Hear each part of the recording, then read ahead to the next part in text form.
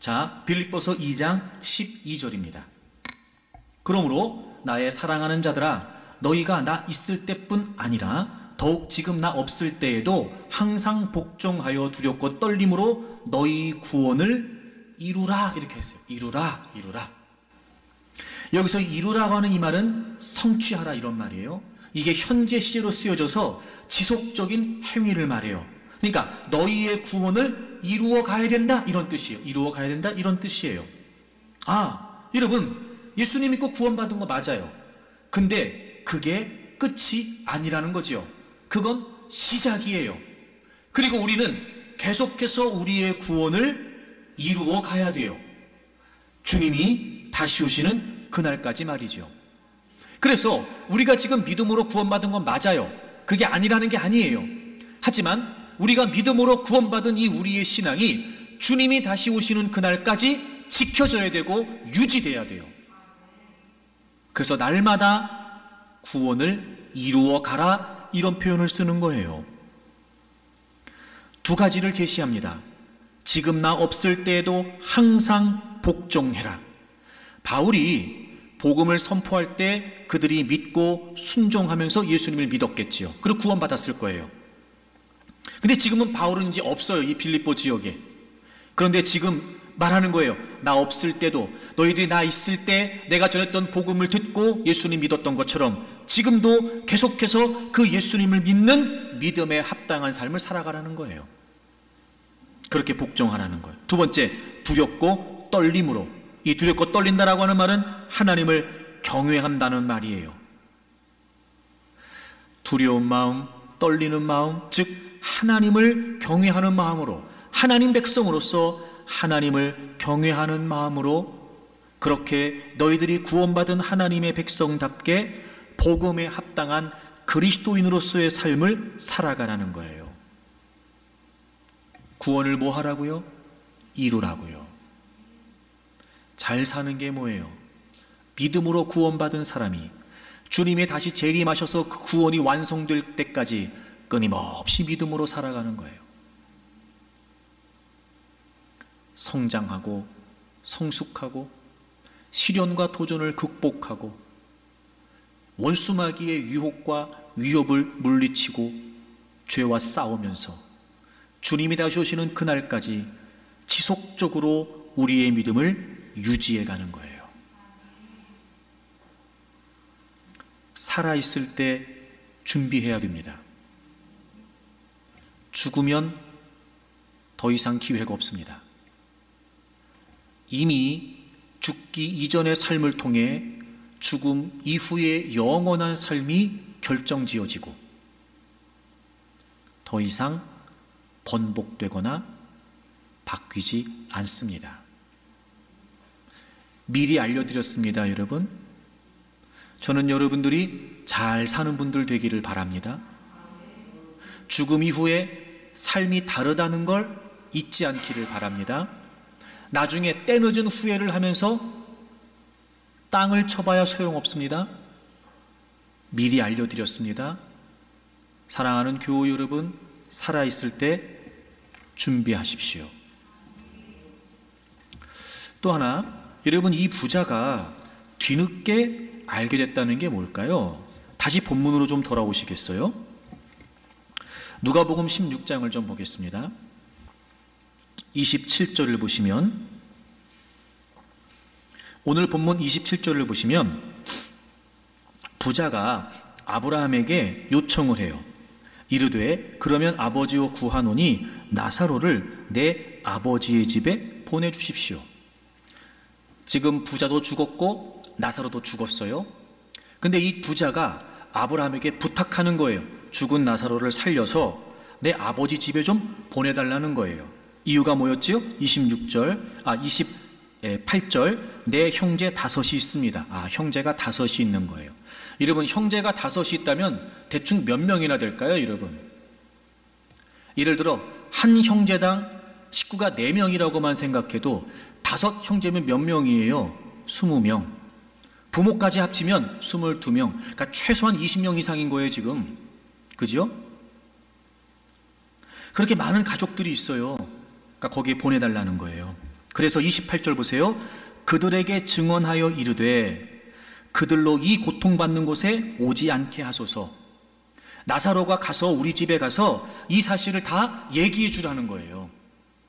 그러면 그 형제들이 듣고 이 고통받는 곳에 자기처럼 이 음부에 오지 않을 수 있다는 거죠. 이 부자의 생각은 뭐였냐면 30절을 보세요. 이르되 그렇지 아니하나이다. 아버지 아브라함이요 만일 죽은 자에게서 그들에게 가는 자가 있으면 회개하리이다. 지금 이 부자가 무슨 생각을 하고 있냐면요, 죽은 사람이 살아서 가면, 그래서 그들에게 전하면 그 말은 믿지 않겠냐는 거예요. 그 말은 믿을 거다. 그 말은 왜? 죽은 사람이 살아나서 가서 전해주는 거니까 그 말은 믿을 거라는 거예요. 그러니까 제발 죽은 나사로를 좀 살려주셔서 그렇게 많은 우리 형제들이 살고 있는 아버지 집에 보내시고 이 사실을 다 얘기해 달라는 거예요. 그래서 그 형제들은, 우리 가족들은 여기 오지 않게 해달라는 거예요. 막 저는 이 성경을 보면서요, 들어주고 싶더라고요. 막 이 말을 막 그냥. 네. 그런 그 간절함이 느껴지지 않으세요? 이런 막 그런 애절함이? 자긴 지금 여러분 그 심판받고 음부에서 고통을 받고 있단 말이에요. 이게 얼마나 힘들고 괴로웠던지 자기 가족들은 안 왔으면 좋겠는 거야, 여기 지금. 그러니까 죽은 나사로를 살려서 보내달라는 거예요. 이야, 근데 여러분 아브라함이 단호합니다. 먼저 29절 보세요. 동일한 얘기를 하는데 29절 보세요. 아브라함이 이르되 그들에게 모세와 선지자들이 있으니 그들에게 들을지니라. 야, 모세하고 선지자가 지금 거기 있잖아. 그러니까 그들에게 들으면 돼. 이렇게 얘기를 해요. 그 다음에 31절 보세요. 이르되 모세와 선지자들에게 듣지 아니하면 비록 죽은 자 가운데 살아있는 자가 있을지라도, 살아나는 자가 있을지라도 권함을 받지 아니하리라. 지금 나사로, 그러니까 이 부자의 생각과 부자의 요청에 있어 아브라함은 굉장히 단호합니다. 지금 모세와 선지자 거기 있잖아. 제가 설명드렸죠? 모세와 선지자, 이게 뭐라고요? 율법서와 예언서, 당시의 구약 성경을 말해요. 다시 말하면 말씀이 있잖아. 말씀을 전하는 사람들이 있잖아. 그 사람들한테 들으면 돼. 아니요, 죽었다가 살아나서 가서 얘기하면 되지 않겠어요? 아니야, 너 잘못 생각하는 거야. 죽은 자가 살아나서 가서 전해도 소용없어. 지금 성경을, 지금 말씀을 믿지 않으면 죽은 사람이 살아나서 전해도 소용없다. 2번이나 연거푸서 하나님의 말씀을 듣으면 살 수 있다. 하나님의 말씀을 듣지 않으면 소용없다고 아브라함이 연거푸 이야기를 하고 있다는 거예요. 얼마나 안타까웠을까? 이 부자가 얼마나 아쉬웠을까? 그렇죠? 이제서 그걸 안 거예요. 뭘요? 살아있을 때 전해야 된다는 걸. 살아있을 때. 그걸 이제 한 거예요, 이제. 자기는 음부에 있으니까 자기가 살아서 갈 수 있을 거라는 생각은 상상조차 못하는 거예요. 그 나사로는 아버지 아브라함 품에 있으니까 어떻게 해도 나사로가 살아갈 수 있지 않을까? 이 상황을 전하면 우리 형제들이, 우리 가족들이 믿지 않을까? 그게 아니라는 거예요. 말씀을 들어야 된다는 거예요. 그걸 이제 알았어요. 미리 알았으면 이 부자가 뭐 했을까? 말씀을 전했겠죠. 복음을 전했겠죠. 예수를 믿으라고 전했겠죠. 근데 그걸 뒤늦게 알았어요. 내가 살아있을 때 전해야 되고 그들이 살아있을 때 전해야 된다는 걸. 뭘요? 말씀을요. 기적이 아니라, 이적이 아니라. 여러분, 죽은 사람이 살아나는 것만큼 큰 이적이 어디 있어요, 이 땅에? 분명히 아브라함이 이야기해요. 죽었다가 살아나는 사람에게 가서 이야기해도 소용없다. 지금 그들에게 들려지는 하나님 말씀을 듣지 않는 사람은 그래도 듣지 않는다는 거예요. 살아있을 때 전해야 했습니다. 살아있을 때. 또 하나, 그 어떤 걸로도 안 돼요. 완고하고 완악하고 패역한 인간의 심령과 마음은 오직 하나님의 말씀으로만 변화될 수 있어요.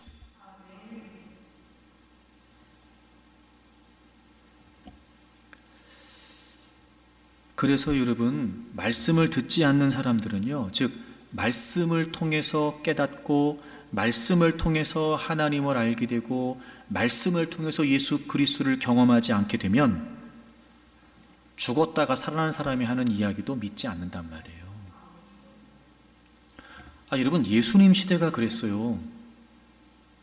여기 나오는 나사로 말고 요한복음 11장에 나오는 나사로 말입니다. 바리새인들이요, 그 나사로가 죽었다가 살아나는 걸 봤어요. 예수님이 살리시는 걸 봤잖아요. 정말 기적이잖아요. 그리고 바리새인들이 어떻게 했는지 아세요, 여러분? 예수님을 죽이려고 모의했다니까요. 회개하고 예수님을 믿은 게 아니고요, 그 기적을 보면서도 예수님을 죽이려고 했다고요. 아니 여러분, 예수님이 공생의 사역을 하시면서 얼마나 많은 기적과 이적을 행하셨어요. 근데 그걸 보면서 경험하면서 예수님을 따랐던 유대인들이 결국 예수님을 십자가에 못 박아요.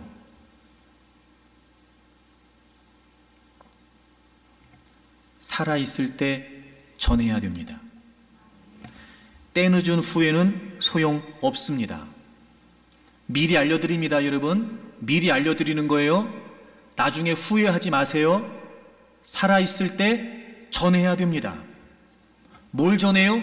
말씀을요. 뭘 전해요? 예수님을요. 뭘 전해요? 복음을요.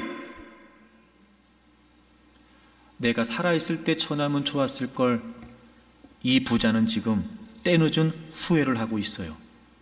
그런데 소용이 없어요. 사랑하는 교우 여러분, 저는 여러분들이 이런 때늦은 후회를 하지 않기를 바랍니다. 전하세요. 전하세요. 가끔 저는 그런 생각이 들더라고요. 우리가 지금 어쩔 수 없이 마스크를 쓰고 있잖아요. 이게 꼭 사단이 우리의 입을 가로막고 있는 것처럼 느껴져요. 한편으로는 쓸데없는 말을 안 하게 돼서 좋은 것도 있는데요, 또 한편으로는 마땅히 해야 될 말도 못하는 거 아닐까. 여러분, 여러분에게 믿지 않는 가족들이 있잖아요. 교회 안 나오는 자녀들 있고 부모들 있고 형제들 있잖아요. 전하셔야 됩니다. 그들을 위해 여러분 기도하시잖아요. 뭘 기도하십니까? 어떤 무슨 희한한 역사가 있기를 원하세요? 아니요, 그거 가지고 안 돼요. 여러분이 살아있을 때, 그들이 살아있으니까 들을 수 있을 때 하나님의 말씀을, 하나님의 복음을 전해야 돼요. 입을 여세요. 입을 여세요. 전하세요. 전하지 않으면 못 믿어요. 왜 그럴까, 여러분? 왜 그럴까? 자, 고린도전서 12장을 찾으세요. 자, 미리 알려드리는 거예요. 여러분 때늦은 후회하지 말라고.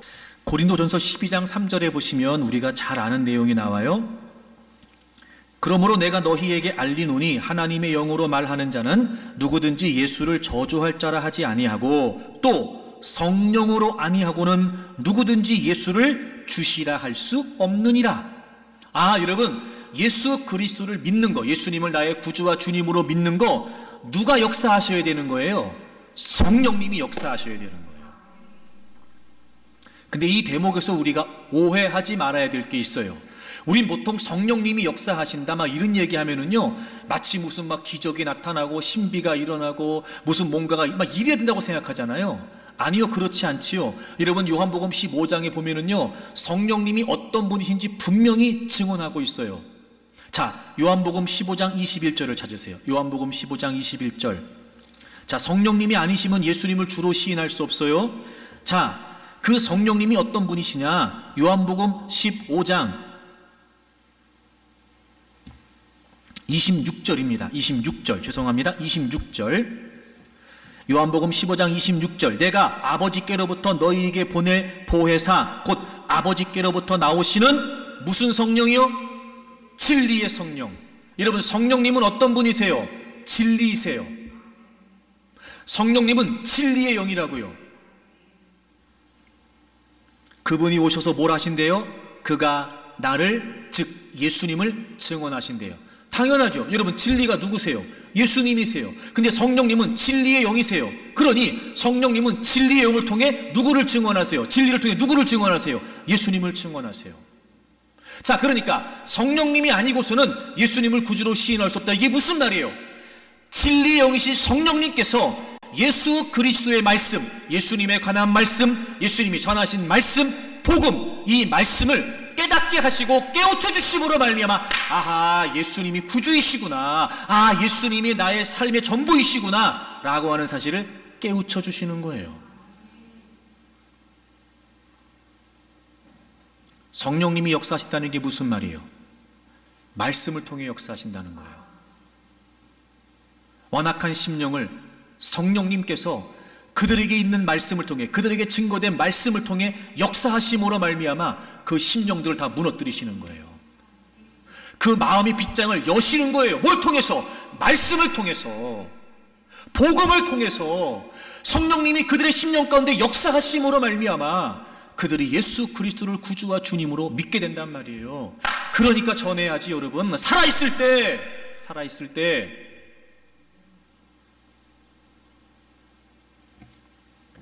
그래서 여러분, 로마서에 보면 전해야 된다는 걸 이렇게 강조해요. 로마서 10장을 찾으세요. 로마서 10장.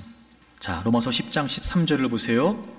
누구든지 주의 이름을 부르는 자는 구원을 받으리라. 여기서 주의 이름을 부른다는 게 무슨 말이냐면 예수님을 구주로 고백한다는 거예요. 나의 구주, 나의 주님. 그렇게 예수님을 고백하는 사람들은 구원받아요. 당연하죠, 여러분. 예수 그리스도가 나의 구주이십니다, 나의 주님이십니다. 그걸 믿으면 우리가 어떻게 돼요? 구원받아요. 고백하면 구원받는 거잖아요. 근데 14절 보세요. 그런즉 그들이 믿지 아니하는 이를 어찌 부르리요. 아, 그러니까 고백하려면 뭐가 먼저 있어야 돼요? 믿어야 된단 말이에요. 그 다음 보세요. 그들이 듣지 못한 이를 어찌 믿으리요. 아, 그렇잖아요. 믿으려면 먼저 뭘 해야 돼요? 들어야 돼요. 예수님을 믿고 그분이 나의 구주와 주님이시라는 걸 고백하려면 뭐가 먼저 돼야 돼요? 예수님에 관해 들어야 돼요. 그럼 들으려면 어떻게 해야 돼요? 그 다음 보세요. 전파하는 자가 없이 어찌 들으리요. 이런 믿지 않는 그들이 예수님에 관해서 어떻게 들어요? 먼저 믿은 우리가 뭐 해야 돼요? 전해야죠. 전해야 들을 수 있죠. 들어야 믿을 수 있어요. 믿어야 고백할 수 있어요. 그래서 15절 보세요. 보내심을 받지 아니하였으면 어찌 전파하리요. 기록된 바 아름답도다 좋은 소식을 전하는 자들의 발이요. 아름답도다 좋은 소식. 이 좋은 소식이 뭐겠어요? 복음이에요. 예수님이라고요. 예수님의 소식을 전하는 그 발길이 어떻대요? 아름답대요. 아름다운 인생, 최고의 인생, 멋진 인생, 화려한 인생, 그게 뭐예요? 예수님을 전하는 거예요. 전해야 들을 수 있어요. 그래야 성령님이 그 전해진 말씀과 복음을 통해 역사하십니다. 그리고 그들이 깨우치고 믿겠지요. 그리고 그 주님을 고백하겠지요. 그러면 죽음 이후의 삶이 달라지겠죠. 여러분, 전하는 게 이렇게 중요합니다. 여러분, 전하십니까? 여러분이 죽음 이후의 삶을 준비하기 위해 전해진 말씀을 잘 들으십니까? 그리고 여러분이 믿지 않는 여러분의 형제들에게 전하십니까? 그 말씀, 전해진 말씀을 믿는 게 아니고서는요, 그 어떤 것도, 어떤 기적도, 어떤 이적도 소용없다는 거예요. 그러니까 우리는 전해야 됩니다. 전하세요, 여러분. 아까 제가 말한 것처럼 입을 여세요. 첫째, 기도하면서 성령님의 도우심을 구하세요. 여러분 정말 여러분 믿지 않는 가족들 친지에서 기도합니까? 물론 하시겠지요. 정말 그들의 영혼을 위해 주님의 심정을 가지고 기도해야 됩니다. 대충 기도하시면 안 돼요, 여러분. 성령님이 그들의 심령 가운데 역사해 주시기를 원하는 마음으로, 제가 그런 얘기도 가끔 하지만 안 되면 굶어요, 굶어. 예? 때늦은 후회를 할 수도 있는데 하나님께만 목숨 걸고 매달려요.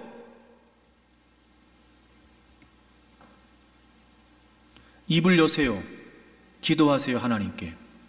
입을 여세요. 말씀을 통해 성령님께서 역사하실 걸 기도했으니까 입을 열고 이제 뭐해요? 시도하세요. 전하시라 말이에요. 되겠지. 어떻게 되겠지? 안 돼요. 듣지 못하는데 어떻게 믿냐고, 여러분. 전하셔야 돼요. 전하셔야 됩니다. 제가 사실은 말은 막 이렇게 여러분을 다그치듯 막 이렇게 말하지만 사실 제 마음은요, 막 이렇게 좀 안타까움도 있고 짠한 마음도 있어요.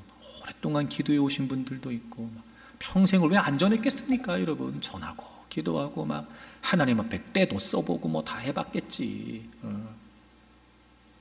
근데 여러분, 그럼에도 불구하고 입을 열어서 하나님께 도움을 요청하고 입을 열어서 그들에게 계속해서 말씀을 전하고 복음을 전하면요, 반드시 열매와 결실이 있어요. 어떤 책에 나오는 선교사님의 간증인데요, 그분이 이 풀 한 폭이 없는 그런 지대에 살고 있었다고 그래요. 그러던 어느 날 이 선교사님 사모님이 그 부엌 뒤에서 꽃이 피는 걸 봤다는 거예요. 아니, 이런 불모지대에 어떻게 꽃이 핀 걸까 막 한참을 생각하다가 그 이유를 알게 된 거예요. 뭔가 봤더니 이 사모님이 부엌에서 설거지를 하고요, 그 설거지한 물을 매일 거기다가 버린 거예요. 매일 거기다가. 그게 늘 같은 장소에 물을 버렸는데요, 그러다 보니까 그 불모지에서도요, 물기를 먹으니까 그 토양이 바뀌고 어느 날 씨앗이 날라와서 거기에 기적처럼 꽃이 핀 거예요. 여러분, 콩나물 길러보신 분은 알 거예요. 콩나물 시루에 물 부으면 어떻게 돼요? 그냥 물은 다 흘러내려가고 다 빠져버려요. 부으면 부은 대로 다 빠져나가죠. 아무리 물을 줘도요, 그 콩나물 시루는 밑빠진 독처럼 물이 고이진 법이 없어요. 물은 다 어디론가 가버린 것 같아요. 근데 희한하잖아요, 여러분. 어느새 보면은요, 콩나물이 자라요. 뭐 때문에 자라요? 그 물 때문에 자라는 거예요. 어떤 책에 이런 얘기가 있더라고요. 하루는 약하지만 매일은 강하다. 포기하지 마세요, 여러분. 포기하지 말고 지속적으로 기도하세요. 포기하지 말고 꾸준히 전하세요. 은근히 가랑비에 옷 젖듯 그들의 심령 속에 하나님의 말씀이 쌓이게 될 거예요. 성령님께서 역사하시면 어느 날 강렬하게 장대비가 쏟아지듯 그들의 심령의 변화가 일어나고 주님 앞으로 돌아오게 될 거예요. 하루는 약해 보일지 모르지만 하루가 모인 매일은 강해요. 물론 오늘 본문의 이 비유는 예수님께서 탐욕스러운 바리새인들에게 경고하시려고 하는 의미로 말씀하신 거예요. 그래서 오늘 말씀을 준비하면서 그 앞장에 나온 누가복음 15장에 나온 예수님의 비유와 더불어 주님의 마음이 이렇게 느껴졌어요. 앞장에 잃어버린 한 마리 양의 비유가 나오죠. 잃어버린 하나의 드라크마의 비유가 나오고 잃어버린 한 아들의 이야기가 나와요. 저는 이 누가복음 16장의 거지 나사로와 부자의 비유 역시 그와 연관된 주님의 마음이 담겨 있다고 생각이 돼요. 이 예수님의 비유를 듣는 많은 사람들에게 주님이 이런 말씀하시는 거 아닐까요? 내 마음은 그 영혼에 있다, 이런 말씀하시는 거예요. 때늦은 후회하면 안 된다. 너희 내가 미리 알려줄게. 그때 가서 후회하지 마. 나는 모든 영혼들이 구원받기를 원한다. 주님의 마음이 어디에 있는지, 주님의 눈길이 어디를 바라보고 계신지, 주님의 발길이 어디를 향하고 있는지, 이 비유를 통해 비유를 듣는 모든 사람들에게 주님께서 알려주시는 게 아닐까요? 5월은 보통 가정의 달이라고 이야기하잖아요. 여러분, 5월 한 달 작정하고 결단하고 하나님께 기도하면서 복음을 전해보시면 어떻겠어요? 오랫동안 지금까지 기도해 오셨잖아요. 분명히 여러분의 그 눈물의 애절한 기도를 하나님은 다 기억하고 계실 거라고요. 더 결심하고 결단하고 특별한 방법으로 하나님께 매달리면서, 하나님, 이번 5월달 가정의 달인데요, 우리 가정에 구원의 은총을 좀 베풀어 주십시오. 지금까지 기도했습니다. 이제 제가 시도하겠습니다. 살아있을 때 준비해야 되고 살아있을 때 전해야 되는 거 이제 알았으니 하나님, 저 때늦은 후회하고 싶지 않습니다. 우리 가족들, 우리 가문에서 이런 때늦은 후회가 없기를 원합니다. 여러분, 5월 한 달 여러분의 사랑하는 가족들과 친지들을 생각하면서 내가 어떻게 하면 복음을 전할 수 있을까? 어떻게 하면 내가 말씀을 전할 수 있을까? 하나님께 지혜를 구하고 기도하는 가운데 여러분이 전하는 그 말씀을 통해서 그들의 심령 속에 변화가 일어나기를 원하고, 그들의 심령 가운데 하나님의 성령께서 역사해 주심으로 말미암아 우리가 그토록 기도하면서 오래도록 바랐던 여러분의 가정의 가문에 하나님께서 베풀어 주시는 구원의 축복이 있기를 주의 이름으로 축원합니다.